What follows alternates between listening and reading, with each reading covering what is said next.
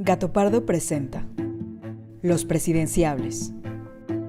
Xóchitl Gálvez, en entrevista con Gabriela Barkentin. Xóchitl Gálvez Ruiz nació en Tepatepec, Hidalgo, en 1963 y estudió Ingeniería en Computación en la UNAM, con especialidades en robótica, inteligencia artificial, sustentabilidad y ahorro de energía. En 1992 fundó la empresa High Tech Services, dedicada al desarrollo de edificios inteligentes. Y en 1994 recibió el premio a la Empresaria del Año, otorgado por la Asociación Mexicana de Mujeres Jefas de Empresa. Un año después, creó la Fundación Porvenir, para apoyar a niños con problemas de desnutrición y contribuir al desarrollo económico de las mujeres de zonas indígenas. Entró a la política durante la administración de Vicente Fox, cuando se convirtió en la primera directora general de la Comisión para el Desarrollo de los Pueblos Indígenas, donde impulsó la creación de un Fondo Nacional de Infraestructura para ese sector y el desarrollo de universidades interculturales. En 2010 fue candidata a la gubernatura de Hidalgo por la coalición PAN-PRD, pero perdió ante el candidato del PRI, Francisco Olvera. De 2015 a 2018 fue jefa delegacional de Miguel Hidalgo en la Ciudad de México, antes de convertirse en senadora de la República por el Partido Acción Nacional. Esta es una entrevista de perfil grabada el 3 de julio de 2023. Pues estamos aquí en una entrevista más de Los Presidenciables y la verdad es que en una entrevista sorpresa, cuando planeamos todas las entrevistas de Los Presidenciables, yo no tenía pensada la entrevista de hoy y creo que es la entrevista. Hoy, que es lunes 3 de julio, siempre digo la fecha porque se va a ver un poquito después, en estos días, pero un poquito después, hoy que es lunes 3 de julio, me da mucho gusto recibirte aquí en Los Presidenciables de Gato Pardo. Xóchitl Gálvez, ¿cómo estás, querida? Gabriela, pues bien, contenta, pero sí sorprendida también con lo que está pasando. Te pregunto directamente, ¿vas por la presidencia de la República? Voy por la presidencia de la República, Gabriela. ¿Por qué? Pues porque hice una valoración muy profunda de los personajes que están compitiendo y que esto no tenía emoción. Esto le faltaba como conectar, como que estaba muy plana la contienda y yo hubiera querido que alguno de ellos despegara. Yo hubiera querido que Vila aceptara, por ejemplo, y que él fuera el candidato a la presidencia y que yo fuera la candidata a la Ciudad de México. Se veía. O no sé, Curi o alguno, o Krill que crecieran, pero veo que pues no jalaba esto y entonces se la pasaban diciendo, ¿y dónde está la oposición? Entonces, esta parte es muy, muy cierta. Hace como 3 semanas, 4 ya, se juntaron conmigo un par de amigos que por cierto son bien locos y hacen cosas de inteligencia artificial muy locas y me dijeron, oye, piénsalo seriamente, tú puedes ser una candidata a la presidencia. Eres disruptiva, tu agenda, toda la vida ha sido tu agenda, desde los 14 años, la agenda de la pobreza es mi agenda. Tienes conocimiento de tecnología, de robótica, de inteligencia artificial, de energías limpias, es el futuro del mundo, este cuate nos está mandando al pasado, en fin, puedes conectar con los chavos. Y yo dije, no, yo voy a ser jefa de gobierno. No, a ver, piénsalo. No nos digas que sí, nosotros te ayudamos. Me dijeron, nosotros te ayudamos con cosas muy locas de inteligencia artificial que podrías hacer de manera muy disruptiva. Y entonces crearon un grupo de Xochilovers, los locos. Empezó a crecer el grupo de Xochilovers y se viene lo del amparo. ¿Cuál amparo? Para que la gente nos vea. El de donde le gana al presidente el derecho de réplica porque él había dicho que yo quería quitar los programas sociales de adultos mayores. Eso fue en la Feria Internacional del Libro de Guadalajara en noviembre en noviembre del año pasado, que estuviste participando y dijiste algo sobre los programas sociales. Y dije que el programa Jóvenes Construyendo el Futuro, que es temporal, ¿no? que te dan 12 meses, además de él tendrían que tener los jóvenes habilidades digitales, aprender código, competencias laborales, inglés, y yo le metería robótica e inteligencia artificial. O sea, porque es lo del futuro. Si queremos que vengan empleos mucho mejor pagados a México, si queremos ser un país ya no solo de manufactura, queremos ser un país de mentefactura, ya no solo de maquila, sino empresas como Tesla. Y ahí él tomó y dijo que tú decías que había que cancelar los programas sociales, ¿cierto?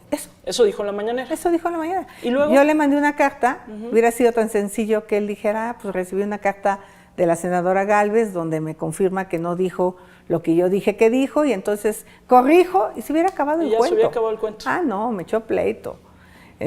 Y me dijo, no, que se vaya y que una autoridad se lo ordene, y si se me lo ordena yo le doy derecho de réplica.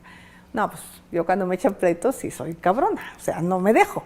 Y entonces me fui ante la autoridad, que es un juez, y metí un amparo. Y fue un proceso largo, porque él metió recursos, yo tuve que volver a ir, y finalmente el 7 de junio el juez dicta una sentencia que el presidente tiene que darme el derecho de réplica en la mañanera, en el mismo lugar donde yo fui aludida, y le mandé una carta a Jesús diciéndole que iba a estar Jesús el próximo... Ramírez, el vocero de la presidencia. Sí, ya le había dicho cuando fue lo de Lenita Poniatowska que me fuera preparando el micrófono.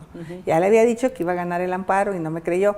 Entonces, pues ya llegué con mi amparo en la mano y bueno, la historia ya la conocen, toqué la puerta, no me la abrió, y en ese momento que él me cerró la puerta, millones de mexicanos me abrieron la suya.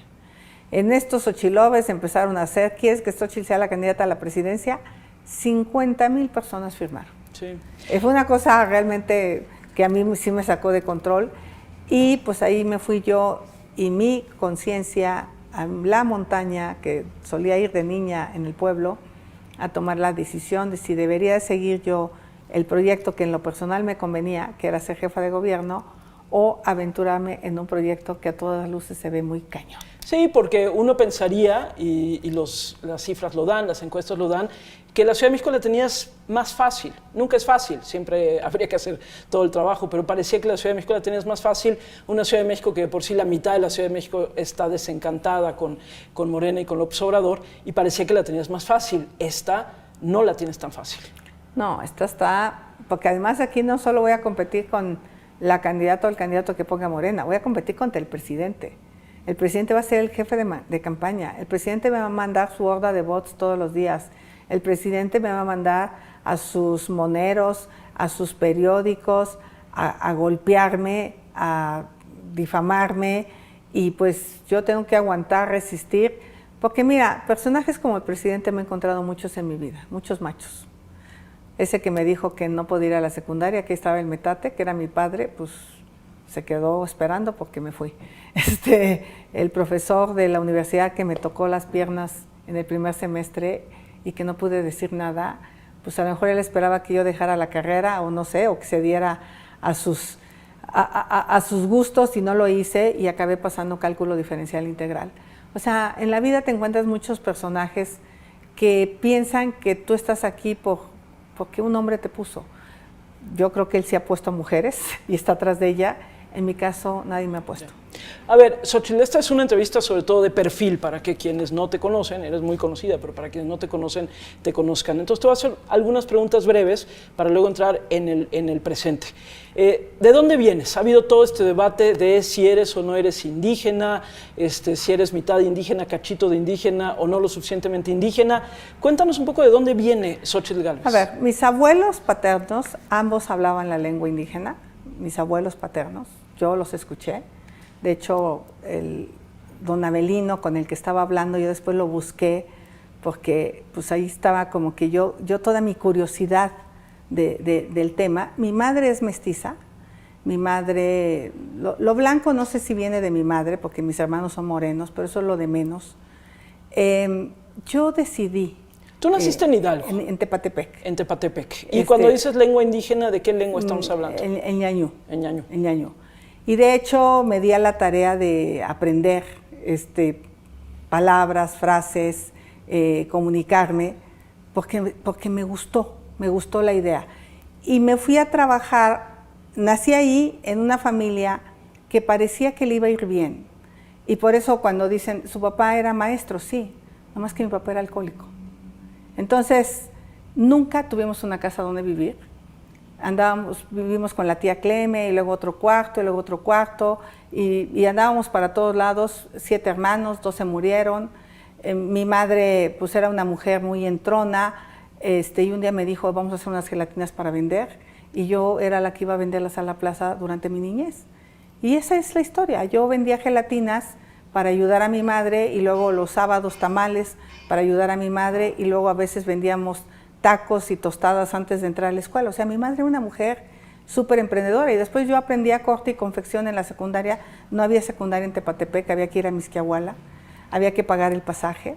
Entonces, con lo que fabricábamos gelatinas, un tío, un hermano de mi mamá, decidió vender las gelatinas que yo hacía. Y sí, efectivamente, de 40 gelatinas que yo vendía, el tío Beto logró vender 400, 600 gelatinas diarias. Y obviamente nos empezó a ir bien, pero nos empezó a ir bien porque empezamos a trabajar duro. Acabé la secundaria y pues todo el mundo decía, bueno, mira, eso como de irte a México a estudiar, pues no.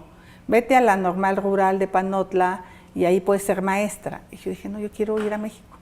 Y yo se me metió que quería ir a México y que quería ir a México. Obviamente papá me dijo, pues no, no hay dinero, no te voy a dar dinero, yo no puedo.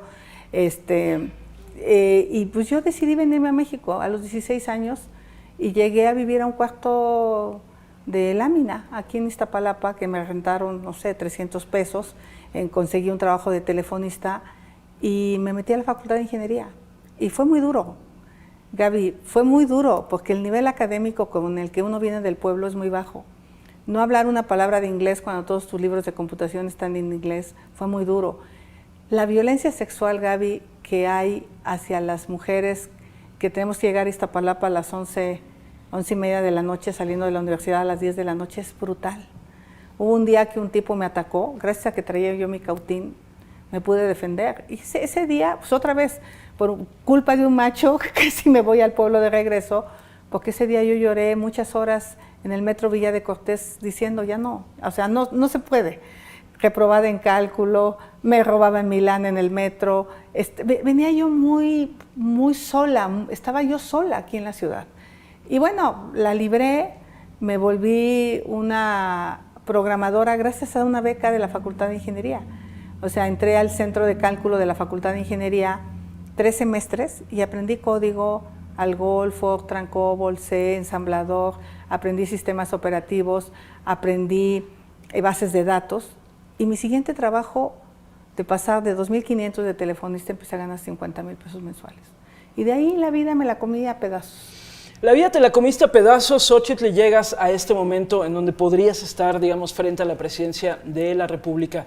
Sí me quiero detener en esto. ¿Qué reflexión te merece quienes cuestionan si eres o no indígena?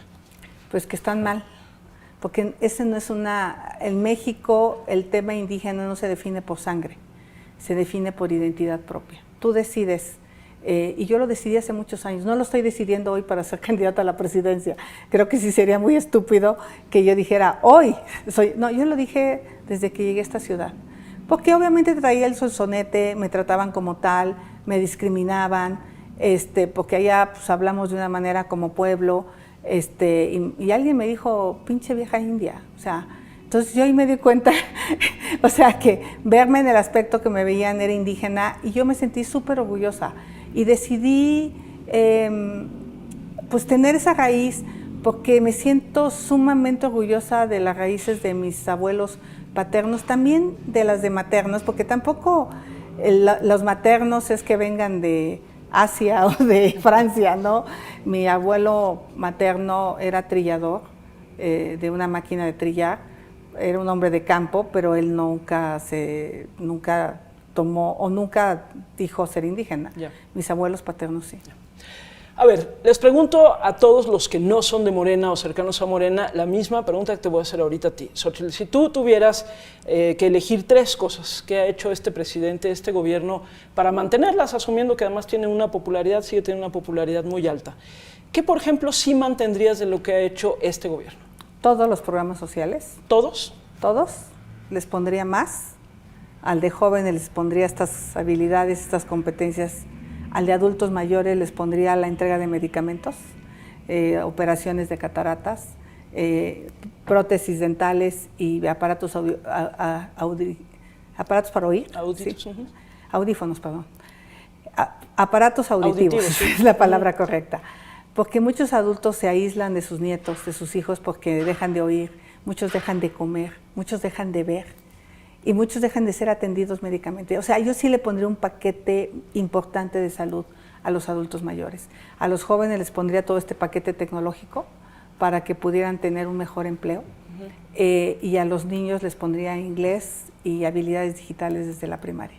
O sea, creo que no hay otra posibilidad de hacerlo, y también les empezaría a dar robótica a los niños. O sea, sí creo que el mundo va por ahí, pero dejaría este paquete, obviamente al de madres solteras, las estancias infantiles, las escuelas de tiempo completo, los refugios de mujeres cuando haya necesidad.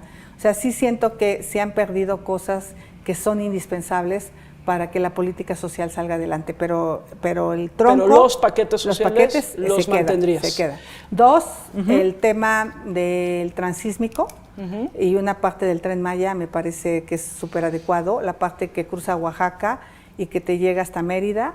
Esa parte del tren me parece extraordinaria. O sea, el transísmico, el que cruza, ahora sí Oaxaca, que de Golfo al océano, o sea, que cruza, yo siempre digo la cintura del país, exacto, la parte delgadita del país. ¿El transísmico te parece buena idea? Me parece buena idea porque puedes traer productos de Asia, los puedes desarrollar con mano de obra hacia la península de Yucatán. Obviamente bien, el gobernador de Yucatán está dando robótica, está dando inglés. Solo así van a llegar las Teslas hacia el lado, si tenemos capital humano. Por eso es muy importante el capital humano. Esta parte del tren la dejaría. No me gusta lo que hicieron con el tramo 5 ni lo que están haciendo hacia Calakmul. Esa parte me parece que es un ecocidio brutal, porque además está mal desarrollado. Y la refinería de Dos Bocas, aunque nunca lo hubiera hecho, ya te gastaste 18,000 millones de dólares, 10,000 millones de dólares adicionales a lo que habías dicho, pero hay que acabarla. Dijimos tres cosas. Dijiste la primera, programas sociales; la segunda, estas obras. ¿Alguna más? El aeropuerto internacional tiene que ver cómo se va a resolver, porque el de Santa Lucía solo tiene 14 slots. No es una porquería. Yo nunca me subí a esa visión de que es una porquería. Es un aeropuerto pequeño, regional. Hay que ver si da para que sea el internacional, hay que hacer los estudios de lo que se canceló, pero cancelaste 300,000 millones sobre pretexto de la corrupción y no hay nadie en la cárcel. Y además esas constructoras ahora están haciendo Dos Bocas y están haciendo el Tren Maya, pues no que eran corruptos. Entonces pareciera que hubo una negociación que permitió cancelar estas obras, las cobraron de manera íntegra. Me parece terrible, y no hay aeropuerto, y no hay ni un buen aeropuerto acá, ni hay otro buen aeropuerto de allá, porque Santa Lucía es un buen aeropuerto regional, pero no es el aeropuerto internacional de la Ciudad de México. Ahora, hagamos algo de autocrítica. ¿Qué dirías tú que hicieron mal los gobiernos anteriores? Tú formaste parte, por ejemplo, del gobierno de Vicente Fox, tuviste un papel importante en ese gobierno. ¿Qué se hizo mal para haber llegado al 2018 como se llegó, para haber tenido una votación como la que se tuvo a favor de Andrés Manuel López Obrador, y hay que decir un fervor también por López Obrador? Si haciendo autocrítica, Xóchitl, ¿qué se hizo mal o qué se dejó de hacer? Te voy a decir lo que yo vivía dentro del gobierno de Fox. No se hizo lo suficiente para abordar el tema de la pobreza. Yo sufría mucho para obtener recursos para las electrificaciones. Sí logré tener estabas a cargo de la Comisión de Pueblos Indígenas. Entonces, yo lo que quería era agua potable, electricidad, carreteras. Se hizo mucho, se hizo la carretera Ruiz-Zacatecas, que fue una millonada.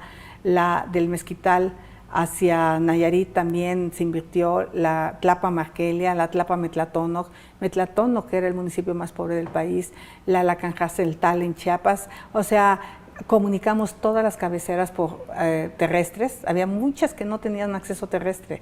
Hoy el presidente habla de pavimentarlas, pero no se acuerda que alguien las abrió. A mí me tocó abrir esas carreteras, y con Paco Gil pues siempre peleaba yo, porque siempre le parecía que era demasiado dinero para conectar a unos cuantos pueblos, o sea, esta visión de no poner a los que menos tienen en el centro. Quise con Abascal que se reconociera a las trabajadoras del hogar, sus derechos laborales, y dijo, no, es que hay que cambiar la Ley Federal del Trabajo, cambiémosla.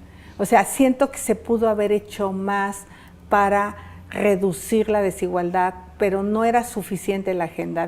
Se hizo el programa Oportunidades. O sea, creo que también el presidente exagera de decir que nadie hizo nada. O sea, Zedillo hizo Progresa, la papilla que yo desarrollaba por mi cuenta, porque yo puse una fundación en el 95, la adoptó Zedillo. Fox pone Oportunidades, Calderón lo amplía hacia adultos mayores el programa, el presidente empieza el programa de adultos mayores en la ciudad, Fox se tiene que comer sus palabras y lo implementa para zonas de alta y muy alta marginación. Y ya Calderón lo implementa para las zonas rurales. Peña lo amplía y el presidente los pone en la Constitución y yo voto para que queden en la Constitución. O sea, pero tampoco es que solo él se ha preocupado. Yo creo que no se hizo lo suficiente. Siento que se pudo haber hecho más y para mí otro tema sí fue la corrupción. Que yo esperaba que con este gobierno realmente se resolviera, pero te estoy hablando de Dos Bocas, donde hay contratos brutales por asignación directa, lo de Segalmex es un escándalo. O sea, creo que el tema de la corrupción no le ha querido entrar nadie. Nadie. Y ahí sigue rampante.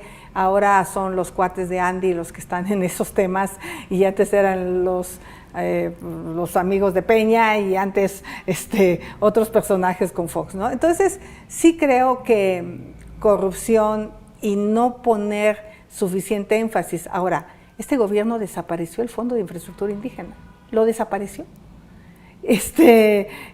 A este gobierno que le debería de interesar, este gobierno solo privilegió las entregas en efectivo, porque siente que eso como que se lo acreditan al presidente. Esa es la apuesta del presidente.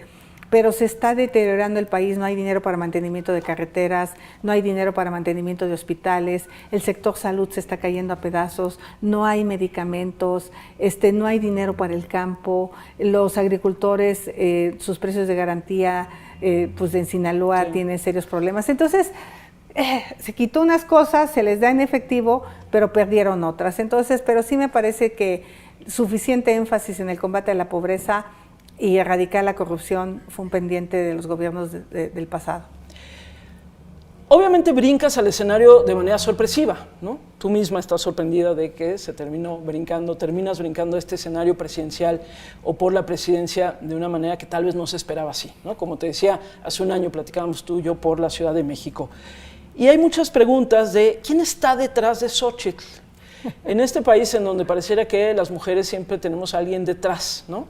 Pero entonces, ¿quién está detrás de Xóchitl? Está detrás de Xóchitl Claudio X González, los empresarios, los conservadores. Esa puede ser tal vez la narrativa desde Palacio Nacional. Pero hay otros que con genuino interés, ahora que comentaba yo que venía a entrevistarte, sí me preguntaban, oye, pero ¿quién está apoyando? ¿Quién está detrás? ¿De dónde viene o vendría, por ejemplo, el dinero para poder hacer una campaña? Y entonces así tal cual, o sea, ¿quién te está arropando, Xóchitl, en este paso que estás dando? Mira, nunca he hecho una campaña con dinero, nunca. En Hidalgo hice una campaña súper austera y de ahí sale esta idea que retomaron los de la inteligencia artificial de pinta tu barda, pinta tu coche, pon una X, pon un corazón. Se ha empezado a poner en el país, sin que yo ponga un peso, porque la gente legítimamente está adoptando este sueño. Y eso lo hice en Hidalgo, porque no tuve dinero para... O sea, yo no tengo dinero para poner los 1,200 espectaculares que tiene Claudia Sheinbaum. No lo tengo. O sea, los empresarios hoy están detrás de los de Morena, para que veas. O sea, ellos tienen a la oligarquía apoyándole. Yo hoy lo estoy haciendo con un montón de creatividad. Estos cuates de los Xochilovers que están haciendo cosas con inteligencia artificial muy disruptivas, pero que no cuestan mucho, O sea, que no te cuestan dinero, sino lo que te cuestan es creatividad. Esto que estoy haciendo de redes es totalmente orgánico, no pago un bot, y lo que sí estoy pagando yo de mis recursos es crecer en Facebook y crecer en YouTube. Le estoy metiendo cerca de 200,000 pesos mensuales, cosa que sí tengo porque soy empresaria. Tampoco tengo para meterle los millones que le están metiendo a las corcholatas. Y puedo hacerlo transparente y puedo hacerlo público y puedo decir de dónde sale el dinero sin ningún problema, porque es una cantidad pequeña para los niveles que están gastando las corcholatas. O sea, ¿no te está financiando Claudio X González? No me está financiando ¿Ni los Claudia empresarios que están con él? No me está financiando ninguno de esos empresarios y a las pruebas me remito. Ahorita vamos a hablar también un poco de los partidos y de lo que significa el PAN, PRI, PRD en este tema, y me interesaría mucho tu opinión al respecto. Pero aquí en Gato Pardo tenemos una agenda de algunos temas y me gustaría escucharte al respecto. Y el primero, ya dijiste lo de las obras, ya dijiste lo del Tren Maya y lo del aeropuerto y lo de Dos Bocas. Pero sí me quiero detener en el tema del medio ambiente, Xóchitl. Tengo la sensación, llevamos ya varios años en donde el tema del medio ambiente no solamente no ha sido prioridad, sino ni siquiera se ha enunciado lo suficiente. y hoy vivimos en el mundo una crisis de medio ambiente que tú conoces perfectamente bien, pero obviamente en México también. Más allá de lo que no se ha hecho o a partir de lo que tampoco se ha hecho, ¿cuáles serían tus prioridades en tema de medio ambiente y urgencia climática? Bueno, parar la adicción a los combustibles fósiles. O sea, yo jamás hubiera construido la refinería de Dos Bocas. México tiene un potencial brutal en energía solar, en energía eólica ni si se diga, en offshore, que es toda esta energía que se puede producir en el mar, con también aerogeneradores. Y México podría hoy estar llegando a cerca de los 40-50% de generación de energía renovable para su matriz energética. ¿Qué teníamos que hacer? Líneas de transmisión. En lugar de gastar el dinero para comprarle Iberdrola a sus plantas, debimos haber invertido en líneas de transmisión y que el sector privado invirtiera y nos vendiera energía barata. Pero el presidente tiene una animadversión contra el sector privado y eso no ayuda. Entonces, tenemos que parar la adicción a los combustibles fósiles. Acabo de estar en Quesqui, en Tabasco. Si te enseño las imágenes que tomé de la cantidad de gas que se está quemando y que contamina al ganado de Tabasco y que contamina a las personas y les genera cáncer y les produce leucemia, es una cosa brutal. Lo que respiramos en Tula y aquí en el Valle de México por la termo de Tula, por el dióxido de carbono y el óxido nitroso es brutal. Entonces necesitamos transitar a los coches eléctricos porque son el otro 25% de lo que contamina y dejar de talar. Está talando brutal. O sea, está más talado México y el famoso Sembrando Vida es una cosa que no está funcionando. O sea, si tú ves los mapas satelitales, los Altos de Jalisco está más talado que cuando llegó este gobierno. No existe la Profepa, no existe la Semarnat, se cerraron prácticamente los organismos ambientales y la gente está haciendo lo que se le pega la gana. El tema del agua es brutal. El tema del agua nos va a venir una crisis hídrica en el país de dimensiones espectaculares. Necesitamos poner a tratarnos el agua en todas las ciudades del país. Entonces, el primer tema pues, es dejar los combustibles fósiles. Segundo, es tener una política ambiental realmente seria, regresar al Acuerdo de París, regresar y aplicar el protocolo de Kioto y hacer realmente cosas en esa materia. El planeta se está muriendo. O sea, mi hija de 34 años... ¿Tú lo pondrías como una prioridad, que el planeta se está muriendo y que por lo tanto México se está muriendo? ¿Sí lo pondrías como prioridad? Pero súper prioridad. Y creo que es la prioridad que más les preocupa a los jóvenes. Mi hija de 35 años de repente cree que no quiere tener hijos porque no sabe qué planeta les va a dejar a esos niños. O sea, los jóvenes están planteando la posibilidad de dejarse de reproducir por el temor al cambio climático, pero no es temor. Tienes Pakistán inundado, una tercera parte del país, Bangladesh... Bueno, decías Tabasco, la zona esta del bosque, la comunidad del bosque ya completamente desplazada por las inundaciones. O sea, y Nueva York, con los incendios forestales de Canadá, o sea, y Los Ángeles con una de las sequías más prolongadas, y luego después unas lluvias... O sea, es una realidad, las sequías prolongadas, los huracanes que van a inundar varias regiones del país, ya no es cuento, es una realidad. Pero bueno, dicen, es que nosotros nomás contaminamos el 1.5, pues lo que te toca a ti, lo tienes que hacer.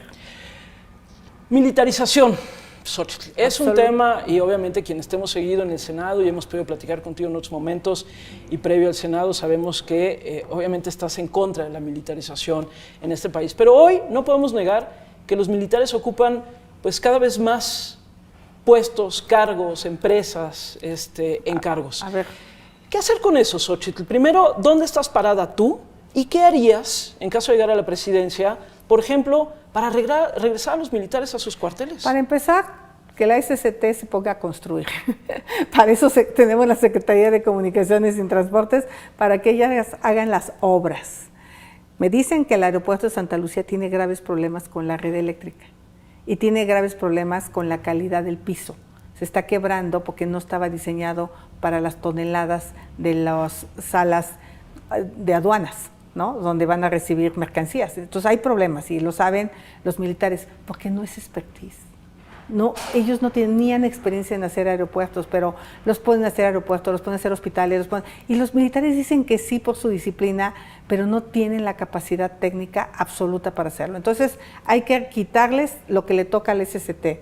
Hay que quitarles lo que le toca a la Secretaría de Hacienda, que son las aduanas. Hay que quitarles muchas cosas que les hemos dado por la incapacidad, o sea, del gobierno de confiar en sus funcionarios públicos federales. O sea, ¿para qué tiene tanta fregada secretaría si al final los militares y la Marina son los que están trabajando? Pues entonces ya cierra el gobierno y deje a los militares y a la Marina. Entonces yo creo que primero, quitar. 2, por supuesto que no estoy de acuerdo con militarizar la seguridad pública. Esto que vimos en Nuevo Laredo, de la manera que se acribillaron o no sé, pues los militares, yo tengo un hermano general del ejército. Los militares están diseñados para enfrentar guerra. Entonces, ha habido casos en donde se han excedido y los pobres acaban en la cárcel. ¿Qué necesidad? 2, necesitamos una policía, la Guardia Nacional, civil, con mando civil, con inteligencia, con capacidad de investigación, ¿no? No tiene capacidad de investigación la policía, tiene que ser una policía nacional, una Guardia Nacional, lo que quieran, y a los militares mandarlos a cosas muy específicas de respaldo. Muy específicas, ahora ya la ley, la Constitución se los permite, al menos el transitorio está listo para que participen en seguridad pública, ya no es como en el caso de Calderón y de Peña, que lo hacían de manera pues un poco ilegal, y decirle, a ver, tú vas a entrar a Tamaulipas a hacer esto, de esta manera, y vas a salir en este momento. Ahorita entran a Tamaulipas, se incendia la Ruana, los mandan a la Ruana, se incendia Michoacán o Guanajuato, y los mandan. Entonces, pobres militares, la verdad es que su situación no es nada positiva tampoco, y yo creo que hay que recuperar la normalidad democrática del país, y los militares no pueden hacer las labores de seguridad pública. ¿Hay tiempo para corregir la política en materia de seguridad, Xóchitl? Porque si vamos para atrás, pues desde el sexenio de Calderón, nos podemos ir incluso más atrás, pero digamos, desde el sexenio de Calderón, el de Peña y sin lugar a dudas, pues se ha ido incrementando de manera brutal la violencia en nuestro país. Ha fracasado, hay que decirlo abiertamente, ha fracasado desde lo que se intentó hacer hasta lo que se está haciendo ahorita. De verdad, en un país en donde el crimen organizado está en el 80% del territorio, según las cifras más recientes, y donde controla de ese 80% una parte muy importante del territorio, ¿hay tiempo para hacer algo diferente? Pues hay que hacerlo. Hay que hacerlo porque la delincuencia tiene apoderado toda esta parte del territorio, la extorsión es brutal. Los comerciantes tienen que pagarle a la delincuencia organizada cuotas mensuales para que los dejen trabajar. La delincuencia organizada controla en Michoacán el limón y el aguacate. O sea, la delincuencia organizada ya se mete al pollo, o sea, está tremendo. Creo que tenemos que hacer varias cosas. Hay estados que son un ejemplo, como es Yucatán, porque han hecho las cosas bien. Hay que aprender de esos estados. ¿Qué han hecho bien Yucatán? Policías estatales. Pero policías estatales donde el policía tiene la posibilidad de sacar una vivienda, donde tiene becas para sus hijos, donde ese policía en el momento que se quiere meter con los malosos sabe que sus hijos van a estar perdiendo pues lo que han ganado. Entonces una policía bien estimulada puede darte resultados, no hay de otra. Donde no se pueden tener policías municipales, no se tengan, pero donde hay capacidad de tener policías municipales se deben de tener. Este gobierno le ha quitado los recursos a las policías municipales y estatales. Y lo que yo te decía, la Policía Nacional tiene que funcionar, pero tengo la impresión que hoy tiene poca inteligencia y tiene poca capacidad de investigación, y el Ejército, por supuesto, que tiene que seguir apoyando las labores de seguridad pública, pero desde una visión distinta. Hoy realmente, si se sabe, hay mucha corrupción en el Ejército también. O sea, no es cierto que el Ejército todos son pulcros. Hay unos militares que traen los contratos y hay otros militares que se enfrentan a los balazos. Entonces, creo que es muy injusto lo que está pasando en el Ejército para unos y para otros, y hay que regresar a la normalidad, no de un jalón, no decir mañana no. Tienes que primero fortalecer, pero sí fortalecer, porque eso le dijimos al presidente cuando le autorizamos la Guardia Nacional, que tenía que fortalecer las policías estatales y municipales, y no hizo absolutamente nada para hacerlo. Ya habrá tiempo, por supuesto, si llegas a ser la candidata a la presidencia de la República, de profundizar mucho más en todos estos temas. Pero paso al siguiente de la agenda que tenemos en Gato Pardo y tiene que ver la primera pregunta. ¿Te ubicas en qué? ¿Te ubicas siempre dices soy una mujer progresista? ¿Qué significa ser una mujer progresista? Es que yo creo que hoy el tema no es de ideologías, con todo respeto. O sea, ¿tú no dirías si eres de izquierda, de derecha o...? Yo puedo caminar bien con el PRD porque tengo un pensamiento pues muy en el sentido de reducir la desigualdad. Puedo caminar con el PAN en el sentido de realmente buscar el bien común, porque en el fondo buscan lo mismo. Este PRI revolucionario de justicia para el campo, pues por supuesto que a todos se nos antojaba. Yo sí veo a MC con esta agenda de derechos, esta agenda de respeto a los derechos humanos tan importante. Entonces, hoy pues está la ultraderecha, está una izquierda también ultra. ¿Qué pensaría yo? Hay que resolver los problemas del país. Yo lo que busco es ser una mujer que resuelva los problemas. Me gusta la ingeniería porque te enseña a resolver problemas. Hay que resolver el tema de abastos de medicamentos, hay que resolver el tema del agua, hay que resolver el tema de la energía. Si resolvemos el tema de las competencias laborales, mandamos certeza jurídica y construimos algo de infraestructura adicional, el país puede aprovechar la mejor oportunidad que tiene enfrente en muchas décadas, que es el nearshoring. Ahorita quiero que hablemos precisamente del nearshoring, pero antes de pasar a ello, ¿sí? En ese sentido, lo mío es respeto a los que piensan distinto. No quiero imponer una visión de lo que yo digo que debe de ser los valores, porque luego ese es el problema, porque de repente sí se me vino la ultraderecha súper enojada. ¿Tú, por ejemplo, estás a favor de la interrupción legal del embarazo? Yo estoy a favor de que las mujeres puedan tomar decisiones basadas en lo que... Mira, ¿por qué una mujer decide abortar? Pues porque se siente sola, porque el Estado no la apoya, ¿no? Pues claro, el güey se fue, no tiene trabajo, no hay estancias infantiles, no hay escuelas de tiempo completo. O sea, creo que embarazarte no debería de ser doloroso para ninguna mujer. Que la mujer que decida tener su hijo esté acompañada por el Estado. ¿Y la que decida no tenerlo? Tiene las opciones hoy legales para hacerlo. ¿Y tú mantendrías, tu postura es que eso suceda? Mi postura es que eso suceda en ambos sentidos. Quien quiera tenerlo, que lo tenga, y quien no quiera tenerlo. Y la que lo quiera tener, apoyarla, porque están solas las mujeres. O sea, y la otra, que ya en varios estados es legal, eso ya no es un debate, es un derecho de las mujeres. Entonces, lo que yo piense no importa. O sea, mi pensamiento no lo debo de imponer sobre las personas. Eso es a lo que yo digo que soy una mujer de libertades. ¿Te consideras feminista? Me considero feminista, sí. Es una palabra que yo la aprendí aquí en la ciudad. Me considero una mujer que lucha por los derechos de las mujeres. ¿Por qué te da cierto resquemor o la mantienes un poco alejadita? No, porque de repente pues no he estado en ese movimiento y no me quiero apoderar de un movimiento en el que yo no inicié. Yo más bien inicié en el movimiento indígena, ¿no? Apoyando a las mujeres indígenas, las casas de la mujer indígena, proyectos hacia las mujeres. Y entonces las feministas van a decir, oye, pues si ella nunca estuvo entre nosotras, ¿no? O sea, sí me considero feminista, sí lucho por los derechos de las mujeres. Me choca que el presidente diga que yo le respondo a un hombre. Me encabrona, te diría. O sea, porque yo creo que a las mujeres nos ha costado mucho trabajo el estar donde estamos. Pero efectivamente hay mujeres como Malu Micher, hay mujeres que siempre han estado ahí a la vanguardia del movimiento, ¿no? Sí. ¿Te sentarías a la mesa con cualquiera?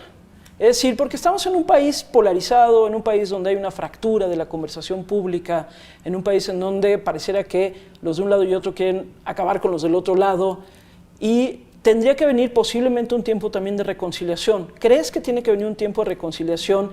Y si sí, ¿te sentarías a la mesa con cualquiera? Yo me sentaría con todos a la mesa. ¿Con todos? Con todos. Con los que piensan A, con los que piensan B, con los que piensan C. ¿Y crees que se tiene que hacer? Se tiene que hacer. Yo creo que todos tienen algo que aportar y justo esa es la democracia. La democracia es poder escuchar a todos y poder hacer propuestas. Obviamente, a lo mejor no puedes a todos darle todo lo que quieren, pero sí puedes construir soluciones en lo que yo te digo. ¿Qué les interesaría a los mexicanos? Que haya medicinas, ¿no? Entonces, sentarte con los de Morena, con los del PRI, con los del PRD, ¿qué hacemos para que haya medicinas en los centros de salud? ¿Qué les interesa a los mexicanos? Que haya seguridad, ¿no? Y a eso le interesa a los gobiernos del PAN, a los gobiernos del PRI, a los gobiernos del PRD. Pues construyamos una estrategia de seguridad basada en la evidencia científica, basada en el conocimiento, y resolvamos el problema de una manera más integral, pero no decir yo con abrazos y no balazos lo voy a resolver, cuando vimos que no se resolvió y el presidente fue incapaz de revirar, fue incapaz de escucharnos a los senadores. Yo me voy a ir de senadora y el presidente nunca se sentó conmigo a ver qué pensaba yo del tema de cambio climático, de energías limpias. O sea, yo sí creo en la eficacia, en la eficiencia, pero sobre todo creo en la construcción de acuerdos. Sí. Habrá quienes nos sentamos a hablar con todos, habrá quienes saquen fotografías de Xóchitl Gálvez alguna vez reunida con el hoy presidente de la República. ¿Es cierto? Sí. Cuéntanos. A ver, yo visité al presidente de la República con el relator de Derechos Humanos de las Naciones Unidas, estuve en Palacio de Gobierno, estuve ahí, recibí al presidente de la República en el Valle del Mezquital cuando era candidato en el 2006, hay una foto de portada en La Jornada, donde yo lo estoy abrazando, que por cierto me costó un regaño de Fox. A nivel público me opuse al desafuero de Andrés Manuel López Obrador cuando estaba Fox como presidente, no compartí que se le quitara el fuero. Y a nivel privado, pues no creo que haya una foto más. Me reuní con Claudia, con Andy en mi casa, cuando me hicieron esta propuesta de ir con la 4T. Decías nearshoring, y ya para ir terminando esta conversación que te agradezco mucho, insisto, es una conversación sobre todo de perfil, porque luego van a decir, ¿y por qué no le preguntaste? Es que es una conversación de perfil. Para ir cerrando, decías el nearshoring, hablabas del nearshoring, y yo siento, Xóchitl, que estamos hablando en general poco de educación, no me refiero a ti como particular o a alguien en particular, sino siento que hemos hablado poco de educación. Vino la pandemia, tenemos rezagos impresionantes en educación, brutales en educación, pero no solamente esos rezagos, sino además se nos viene una oportunidad como esto, por ejemplo, del nearshoring, de empresas que también requieren una mano de obra que no necesariamente tenemos en todo el país. Así rápidamente, ¿qué decir de esto, de esta combinación? Hablemos de educación y hablemos del mundo en el que estamos. A ver, definitivamente si queremos traer empleos mejor pagados para los mexicanos, que eso es lo que quisiéramos. Ya no queremos ser un país de maquila, ya no queremos ser un país de solo manufactura. Vayamos a la manufactura, vayamos hacia el desarrollo de robótica, de inteligencia artificial, vayamos al desarrollo de software, que es lo que va a hacer el mundo, vayamos hacia la fabricación de autos eléctricos, vayamos hacia la producción del hidrógeno verde, pues necesitamos cierto expertise técnico. Es cierto que cada vez hay gente más educada y no necesariamente ganando mejor. Creo que ahí lo que tenemos que ver es qué competencias y qué habilidades se requieren en ciertos sectores. Yo tengo soldadores en la empresa que ganaban 35,000 pesos, ¿no? Un soldador, un técnico. Y el sector automotriz se los empezó a pelear y a pagarle 50,000 pesos y se me empezaron a ir. O sea, yo tuve que decir, ¿qué está pasando? Qué bueno que la industria automotriz del nearshoring que está llegando a México está demandando esta expertise de personas. Pero entonces hagamos más soldadores. Habrá quien no le gustó. Por cierto, ayer que venía volando de Tabasco, me encontré un cuate que trabaja en Detroit, que es de Tabasco, que trabaja de soldador. Pero ser soldador en Estados Unidos te implica tener una vida digna. Que ser soldador en México no te implica ganar 3 pesos. Eso es lo que yo creo que tenemos que hacer. Y no necesariamente cuando hablamos de educación, hablemos de la educación de recibirte en la universidad, de recibir un título. Hay educación para la vida súper importante que te permita... ¿Y la básica, Xóchitl? La educación básica. Está abandonadísima. Hay todo un debate ahorita con el cambio de método de educativo, o sea, hay quien cree que se está ideologizando a los niños. Yo sí creo en esta parte de mayor integración a la comunidad. Sí me parece importante, creo que esa parte de la interculturalidad, justamente para no estar en este debate de quién es indígena, quién no es indígena, yo voy a definir si tú... Es un debate de verdad deplorable, ¿eh? O sea, es un debate violatorio de derechos humanos, sí, porque no entendemos la interculturalidad. Y si los niños fueran educados en la interculturalidad, pues nos veríamos como iguales todos y no estaríamos diciéndole que Claudia es judía y entonces como es judía entonces no puede ser presidenta de México, Sí, claro. es mexicana. Es mexicana, claro, pero nos vamos a debates estúpidos por no entender la diversidad cultural que tenemos como país. Entonces yo sí creo que la educación requiere herramientas adicionales como es la tecnología. O sea, sí me parece que está bien lo que hacen los maestros, pero en la tarde deberías de recibir clases de inglés a través de tu tableta digital y posibilidades de apoyarte en tareas para matemáticas, para entendimiento de lectura, para otras cosas que son muy importantes complementártelas. Creo que la tecnología puede ser la gran herramienta para reducir esta brecha de desigualdad en materia educativa. ¿Crees que de llegar a ser la candidata y de llegar a ser presidenta de este país, el PAN, el PRI y el PRD que están arropando, digamos, son los partidos que están en esta alianza o en este frente amplio opositor, no sé, que te quieran imponer cuotas y que de repente digan 2 secretarías de Estado para el PRI, 2 secretarías de Estado para el PAN, no sé si una para MC en caso de que te acompañe, ¿te preocupa eso? Mira, yo entiendo que es un gobierno de coalición y está bien. A mí me parece que es hora de gobernar con los mejores. Y yo digo de broma, no rateros, no huevones, no pendejos. O sea, gente capaz, trabajadora y honesta. Y puede haber esa gente en todos los partidos. Lo que no puedes hacer lo que hizo el actual presidente, de poner a un agrónomo en Pemex, de poner a una persona que no tiene idea del tema ambiental en la Semarnat, y por eso tenemos el fracaso, porque él privilegió la lealtad en lugar de la capacidad técnica. Hay que privilegiar la capacidad técnica antes que cualquier cuota o cuate, y yo creo que se puede hacer un diálogo, porque además en los partidos políticos, en todos, hay gente brillante. ¿Y vas a seguir diciendo groserías? Una que otra sí. Trataré ya de no decirles. Oye, Xochitl, para cerrar, ¿qué te gusta hacer en tu tiempo libre? Me gusta ver series. ¿Ah, sí? Sí. Disfruto mucho. Ayer comí con mi marido. Me gusta la música clásica. Ahora sí no pude ir al concierto de Minería ayer, por ejemplo. Estuvo el bolero de Ravel. Sí. Me hubiera encantado, pero pues no. Tuve que hacer cosas de chamba. Tengo un marido músico. Estoy casada con un hombre músico y eso me apacigua el alma. ¿Cuántos hijos tienes? Tengo 2 hijos, Juan Pablo y Diana. Diana. ¿Te vas a seguir transportando en bicicleta? Sí, lo más posible. ¿Y le vas a seguir yendo al Cruz Azul? Sí, y le vamos a hacer su estadio. Gracias, Xochitl. Gracias.